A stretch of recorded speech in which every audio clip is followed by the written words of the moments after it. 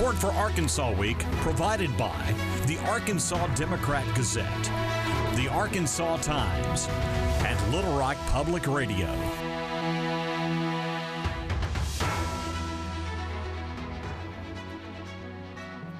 Hello again, everyone, and thanks very much for being with us. Lives were lost, 10 directly or indirectly at last count. That is, of course, always a fluid number. Property losses well into the millions, almost certainly 8, perhaps eventually 9 figures.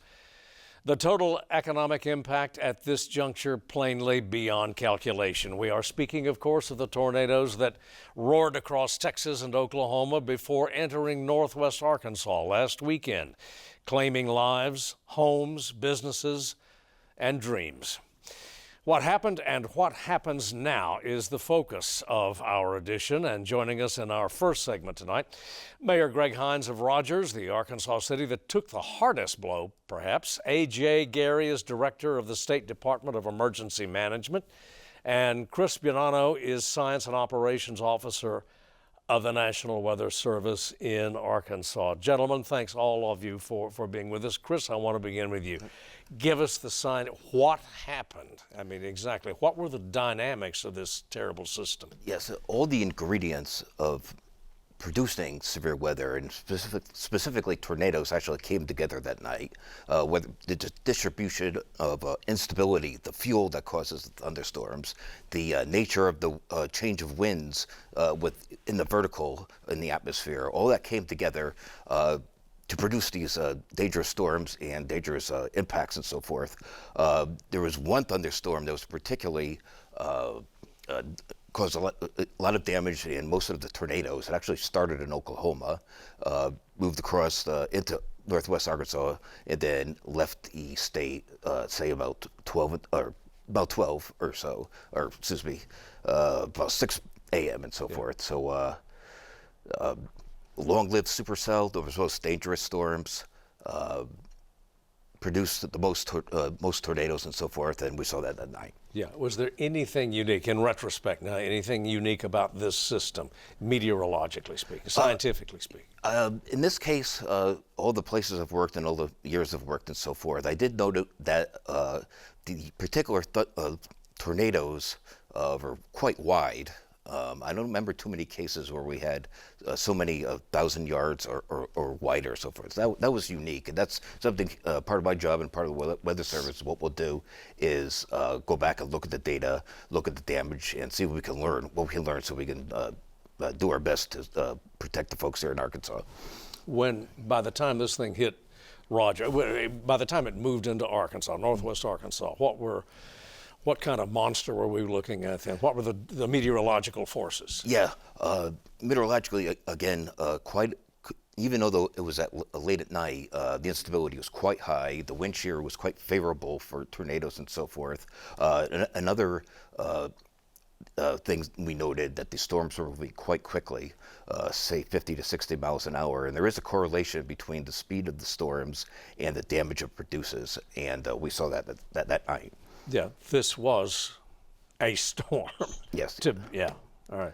A.J. Gary, where do we stand now? It wasn't just, we're going to join the mayor of Rogers here in a second, but the damage was pretty widespread in northwest Arkansas. That's correct. We have numerous counties that were damaged up through the northwest, north central part of the state. So where we're at now, we immediately started doing some damage assessments starting in the Benton County area. Actually, the day, I believe it was on Tuesday, we had my team along with some FEMA representatives in the air flying the damage area. So we were able to quickly get enough data to justify requesting a major declaration. Governor Sanders submitted that letter yesterday, and we submitted it with 3 counties, Benton, Boone, and Marion counties. And the reason we did those counties is because those were the first ones that we got the assessments done. Our numbers showed that we were well above what's needed for a request for a presidential declaration. We wanted to move fast on that. So Governor Sanders submitted that declaration request yesterday, and I expect to hear something back sometime today. As we do additional assessments in those other counties that we know were impacted, some of them seriously impacted. In fact, we're in Baxter County today with FEMA doing assessments.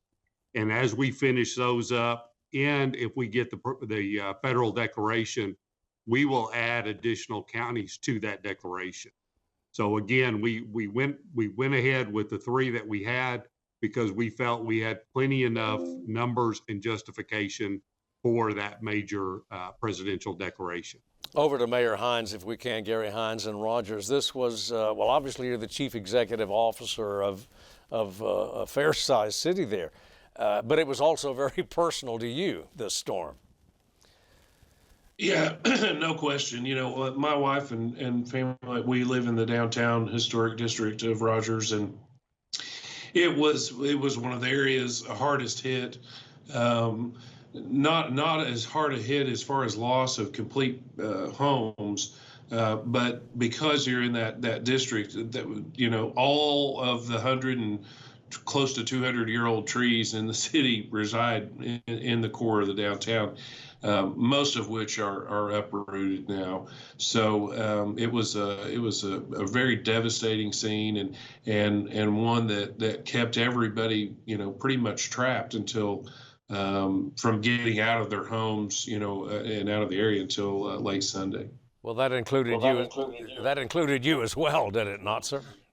Yeah, yes, it did. Actually, it's I was fortunate enough to have an offer from a private party to go up in a helicopter Sunday morning around 9:30 to see what type of damage we're talking about. And I accepted the offer inside my home on my cell phone, and then I walked out the front door to head down to the high school parking lot, which is just about 4 blocks away from my house, to meet the helicopter, and found myself just literally crawling over and under trees that were falling across the roadways and sidewalks to make it out of there. So, you know, kind of a helpless feeling, something that. You know, my former career was in law enforcement, so you know, I'm pretty risk adverse, and that situation is sort of surreal when you find yourself in it. All right, back to AJ Gary, if we can, sir. The overall recovery effort, are you satisfied pretty much thus far, anyway, with the federal response, with FEMA particularly? Absolutely. FEMA has been great. They've been a great partner. FEMA Region 6, which is the region that Arkansas falls under, they're headquartered in Denton, Texas. They actually had their staff here in Arkansas 3 p.m. On Sunday. So that is a very quick response. Administrator Criswell was in the state yesterday. Touring the damage. I was riding with her, so she got to see firsthand the damage there in the Rogers area. So very pleased with FEMA. You know, each disaster is different, and to be able to get a federal declaration, you have to have a considerable amount of damage to do that, and you have to have the data and justification to do that. FEMA Region 6 has been great with getting their personnel here, because they can immediately see the impact that these tornadoes had on the state of Arkansas, which makes it, gives us the information that we can more quickly apply for a federal declaration. So, yes, yeah. Absolutely no problem with FEMA. Yeah, Mr. Gary, what do we have a timeline yet for which individuals, business owners, homeowners can apply for assistance? Is that mechanism in place? So we are waiting for a response on our declaration request. I expect to hear from that fairly quickly. And as soon as that federal declaration is approved, and we think it will be, but as soon as we get notified of that, we will have additional FEMA personnel coming into the state. In fact, they're on standby ready. And as soon as they get here, we will start the application process for individual homeowners to start getting that information in. It's real important at this point that homeowners, you know, if they haven't already, to be in contact with their insurance company take pictures of the damage so that they have that for future use. Do we have an assessment? Is it too early, Mr. Gary, to get an assessment of the, we said at the top of the broadcast, almost impossible to put a dollar estimate on this thus far, but do we have an estimate in terms of structures involved, destroyed, heavily damaged? We do have some, and again, this is why we do those flyovers. This is why we quickly get that data so that we can get a presidential declaration. So so far, we know by from the air, counting houses from the air, that we have over 300, I would say, homes that are destroyed. We know that the current estimate for debris removal just in the Benton County area is going to be around 20 million. And again, that is just one area. So that will be quite a bit higher. Okay, and Mayor Hines, Greg Hines, what the folks in your community, and I guess in one sense, Rogers is every town that's been affected. What do you need right now? We're moving out of the emergency phase and sort of into this, assessment and phase of what next, and really that hinges on the declaration being signed by the president. In order for us to proceed forward, you talked about property loss and estimations.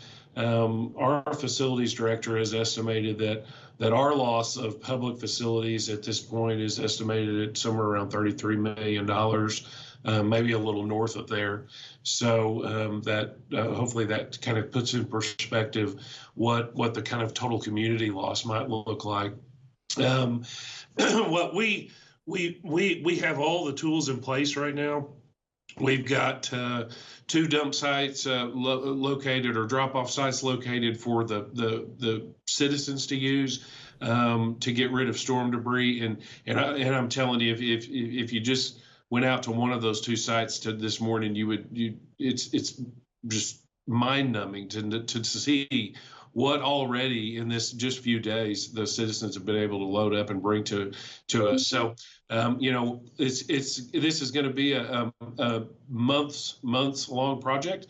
I've been through a couple ice storms and a tornado, and we've done debris removal and those sorts of things numerous times in my 25 years here at the city. But we're probably talking 5 to 6 passes to pick up all this debris versus what is normally 2 to 3. Well, I want to stick with you, Mayor, and then go to A.J. Gary, too. The emergency services infrastructure there, have you got that back up and running? So yes, we do. We're fully operational from the emergency services standpoint. City Hall is still without power. Our library, our adult wellness center, are without power. The recreation center, family recreation center, is on 2 of 3 phases of electricity, so it's kind of running-ish. And they need to open next week to accept 300 school-age children for summer camp. So we're frantically kind of moving around and trying to figure out ways to get industrial generators positioned so that we can accept those children. I think at this point, the most important thing for us is just to start getting the storm debris removed from the roadsides and get power restored to our residents. And start to socialize renormalization of the community. All right, A.J. Gary. Yes. So go ahead, Mr. Gary. Sure. So that was a great question, great comments from the mayor. So there's 2 different things that we're looking at with FEMA. The first is IA, which is individual assistance. That is what we requested yesterday through the governor's letter. We will start next week with PA assessments. This is public assistance assessments. And what we will be looking at then is that infrastructure, the damage to the infrastructure. We anticipate adding on to this federal declaration, if we get it, adding on public assistance. So we have already visited, as Mayor Hines said, the mayors, the county judges, the city county officials. are all already gathering that data that we need so that we can put in for a public assistance add-on to that declaration. A.J. Gary and the mayor, thanks very much for being with us. Thank you, and good luck to both of you. Thank you for Thank having you. us. And your citizens, of course. And we'll be right back with more.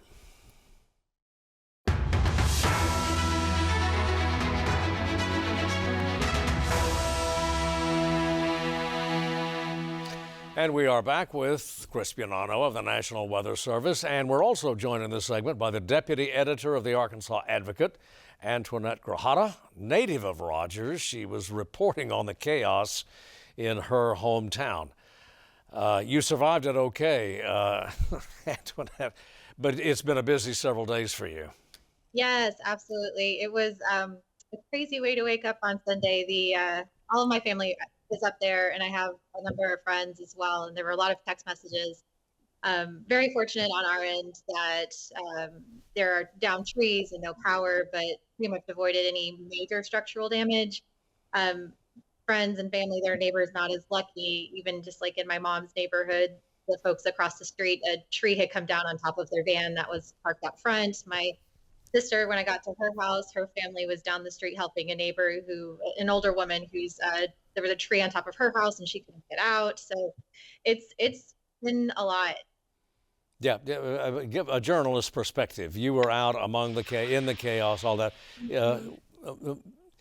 Your perspective on this. Yeah, absolutely. It was surreal to see that kind of thing in person. Definitely in the core part of Rogers, there's lots of very old trees that are down. And instead of seeing things like limbs snapped in half, in 2009 we had a big ice storm, and there were a lot of limbs that broke. Here, the trees are all just like uprooted. These massive trees, their root systems just like somebody picked them out of the ground like a flower or something. And I mean, their diameter at least as tall as me, if not bigger, so 6-7 feet wide. I mean, these are massive trees. They're just completely covering the ground. The roads are covered in that, and then power line poles have been snapped in half. The wires are everywhere. I saw lots of metal light poles that had been bent in half. I mean, I know that wind can do that, but it's very odd to see it in person. A number of businesses that, especially the ones that had like glass in the front, those were just completely shattered, blown out the front.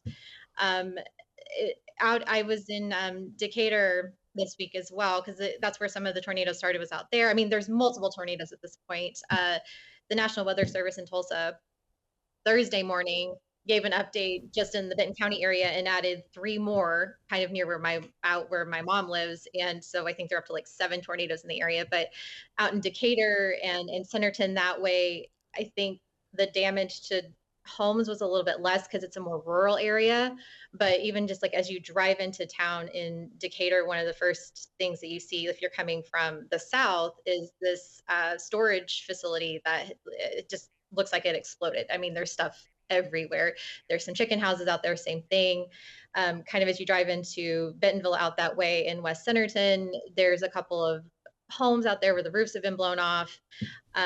There's just, it's quite a bit actually, and I know that, we do have some loss of life, but given everything that's coming out of the National Weather Service, it's fortunate that it's not more. Yeah. Chris, is this what you would expect to see from a storm of that ferocity, of that velocity? Yeah, absolutely. Again, an EF3 tornado is quite rare. I would say 1.5% of all tornadoes are that strong. So again, a rare event, and it shows the nature of the system that affected Arkansas. Yeah, and it didn't just affect the areas that we've been talking about. I mean, the damage pattern was broader than that and longer. That's correct. That supercell thunderstorm actually moved across the state. Again, came in from Oklahoma, went through Boone, Marion, towards Sharp County. Not only do we have tornadic damage, we had some damage to the straight line winds. The Sharp County airport measured an 86-mile-an-hour gust. And it's not often we see a gust measured that high, because you get to the point where the equipment that measures the wind gets damaged and so forth. So we don't see that, but that gave it a really good indication of the nature Yes. or the destructive nature of that storm. Yeah. So obviously we were not just talking about that corner of northwest Arkansas. It was Right. the path was far wider than that. That's correct. Yes. Again, it went right across the state, and as of the last report I received, 3 EF3 tornadoes. Yeah. This is, some of the data indicates this is a bit early or is it, for this kind of storm? I would say actually. And the number of storms that have hit the southwestern United States so far. Are we looking at an especially, what does this portend is what Okay, I'm I asking. guess here in Arkansas, and in general across the United States, this is the severe weather season and so forth. It's not particularly uncommon to see strong tornadoes in late May. Now, when June starts here in Arkansas, we'll have plenty of thunderstorms, but the data indicates that climatologically the season will slow down, so to speak, and get a lot more heavy rain events as opposed to severe events. So this is not necessarily predictive? I would say yes. Again, we're getting better at receiving the signals, not only in the near term, but in the longer term about severe weather potential and so forth. And some of the models were indicating the potential for destructive storms in the Mid-South and in the plains and so forth several days in advance. Yeah. Antoinette, I think you heard the conversation earlier in the broadcast about the governmental and the NGO response to the storms. Give us your assessment. From everything that I've heard, I was at the press conference Wednesday in downtown Rogers with the FEMA administrator, and what I was hearing from other local officials and federal officials that were there is that it was a big deal that she was here, and that she was here so quickly, that it really speaks to the severity of the system and what we're seeing there. We've had, the governor declared a disaster early on, and she's asking for the presidential declaration as well. So that response is working, I think, in tandem with locally. I've seen a lot of folks stepping up and seeing what they can do to help. The school system, for example, they actually had to close early in Rogers. They were supposed to be in session Tuesday through Thursday, and then a teacher in service day Friday. And they ended up closing it, but they've been able to use the high school that's and there's 2 high schools, but Rogers High School on the west side of town kind of as a staging area for things. They've been serving meals, they've been collecting donations. T-Mobile has a charging station that people can do, but you're seeing lots of that pop up from big scale to small scale. So you've had like Walmart and Tyson serving meals, and larger organizations like that down to smaller groups. I saw like a little pop-up tent when I was in town Wednesday in a grocery store parking lot. I think it was the American Legion, the local unit there, passing water out or doing what they can. So the response is working there. I think definitely what I saw Sunday when I was up there in the immediate aftermath, folks were out just, doing the work, picking up the leaves and hauling them to the curb. And, by Wednesday, Thursday, some of the places that were less severely impacted, those, the debris is all lined up on the curb, and it like looks nice and neat. Like everybody had, a cleaning day or something. So the work is being done. It does feel, quick, and I'm sure it still feels long to the folks that are without power. Thursday morning, I think there were still 16,000 in the state without power, roughly. But steps are being made and people are doing what they can. But I know just from covering this type of thing in the past that it's going to take a while. Even if major things like, stoplights and stuff are back working, it's going to take a while to fully fix things, or, your roofs and that type of stuff. But people seem to be coming together and they seem to be working together. That's been a very big message amongst the state and federal delegation, those folks, when they've been having their press conferences, is just talking about how important it is to work together. Yeah. Antoinette Grajeda, thanks so much. Thanks so much for your reporting. Chris Buonanno from the National Weather Service, thank you for coming in and for your insights. And a special thanks to ABC 4029 for letting us use some of their pictures of that terrible scene. And that's our broadcast for this edition. As always, thank you for joining us. And we'll see you next time.